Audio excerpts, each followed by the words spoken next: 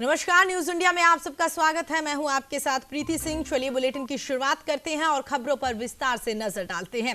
सबसे पहले बात करते हैं चीन की तरफ से सीमा पर दी जा रही चुनौती के लिए भारतीय सेना पूरी तरीके से तनाव है। भारत और चीन पर जो विवाद चल रहा है उसको लेकर यह खबर सामने आ रही है। T-90 और साथ ही T-72 टैंकों को पूर्वी लद्दाख के जैसे दुर्गम इलाकों में पहुंचा दिया गया।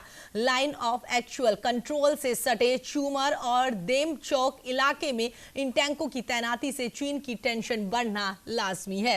भारत ने VSP-2 इन्फेंट्री कॉम्बैक्ट व्हीकल भी LAC के पास में तैनात कर दिए हैं और ये -40 डिग्री तापमान में भी बेहद आसानी से काम कर सकते हैं। यानी कि लद्दाख की बर्फीली वादियों में अगर चीनी सेना ने कोई भी गुस्ताखी की तो टैंक आग उगलना शुरू कर देंगे।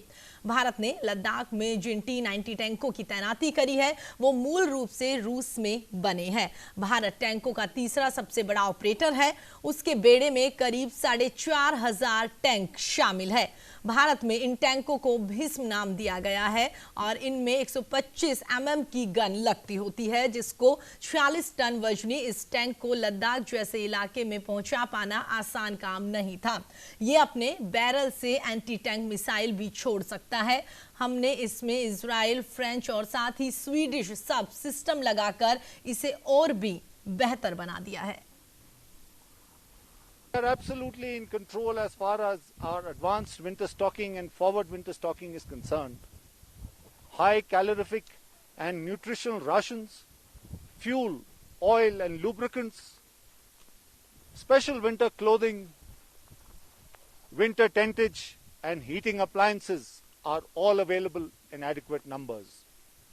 Since different areas will require different types of habitat, various types of habitat have already been catered for. Conventional shelters, barrel shelters, porta cabins and containers are already in place in most locations. And the requirement for the next lot has been planned for and orders placed. Thanks to the heli-lift capability of our helicopters,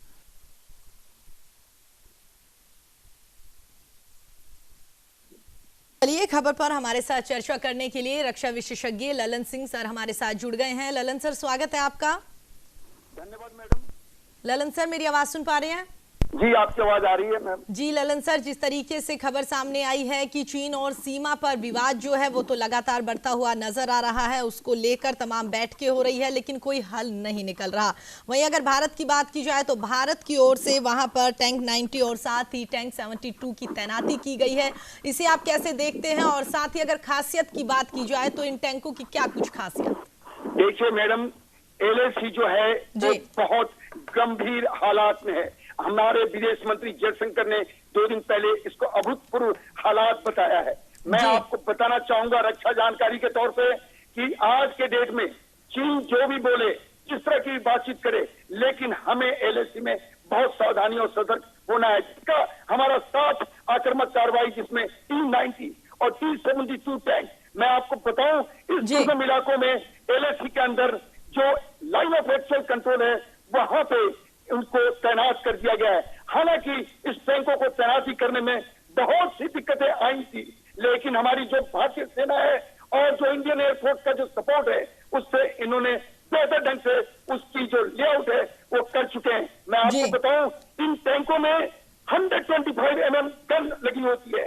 ये हालांकि बहुत तगड़ा वजन 46 ton का इसमें वजन होता है। लद्दाख के जैसे इलाके में इसको लेआउट करना बहुत आसान नहीं है, लेकिन हमारी फौज जो माउंटेन वॉरफेयर में बहुत ही एक्सपर्ट है, इन्होंने बेहतर ढंग से इसको लेआउट कर दिया है। चीनी सेना को इस बात का पूरा जानकारी हो चुका है।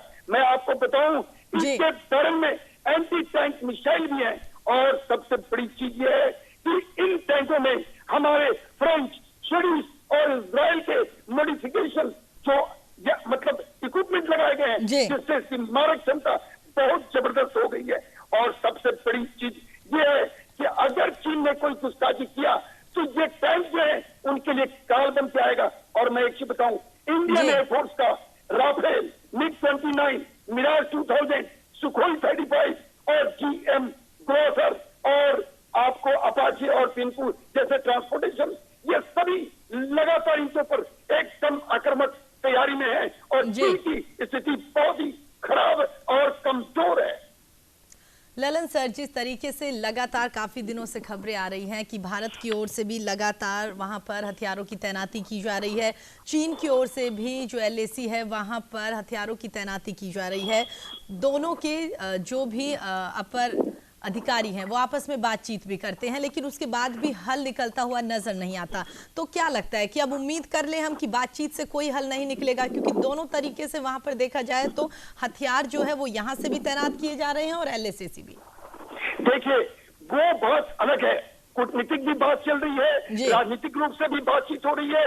रसा और मॉस्को के अंदर हमारे रक्षा मंत्री, हमारे विदेश मंत्री और हमारे जितने कूटनीतिक बातचीत होनी है हो रही है, लेकिन जो चीन का पुराना इतिहास है उसमें एकदम साफ है कि हमारे रक्षा मंत्री ने जो साफ संसद में बताया कि अगर इस बार किसी तरह का इन्होंने सामने गुस्ताखी किया तो अब केवल गोला और बंदूकों से, बैरल से गोलियां निकलेंगी, जिसका मतलब है कि अब हमारी जो स्थिति है वो आक्रामक हो चुकी है और हमारे पास दूसरा अल्टरनेटिव भी नहीं है। मैं आपको बताना चाहूंगा, आज देखिए कल यूएनओ में हमारे भारत के प्रधानमंत्री ने साफ बताया है कि हम शांति प्रिय हैं, हमारा किसी देश से कोई दुश्मन नहीं, लेकिन हम अपने आतंक से और इन हालातों से बहुत परेशान हैं और हम नहीं है, पूरी दुनिया परेशान है। तो इस समय LAC और LOC दोनों की मैं बात कहना चाहूंगा, इससे स्थिति ऐसी है कि अब हम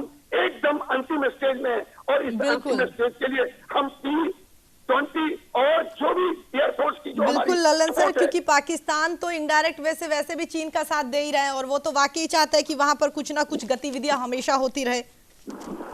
एकदम साफ है, आपने देखा छोटे मोटे तुर्की और मलेशिया के जैसे देशों के साथ मिलकर चीन और पाकिस्तान एकदम LAC और LAC के ऊपर अपने कारनामों और अपने नापाक इरादों से तैयार खड़े हैं। और आपने सुना होगा एक दिन पहले ये पता चला है कि ये निहत्थे आतंकियों को LOC के अंदर अब घुसपैठ कराना चाह रहे हैं और ड्रोन से उनको हथियार देने की ये प्लानिंग कर रहे हैं, जो बहुत ही खतरनाक है।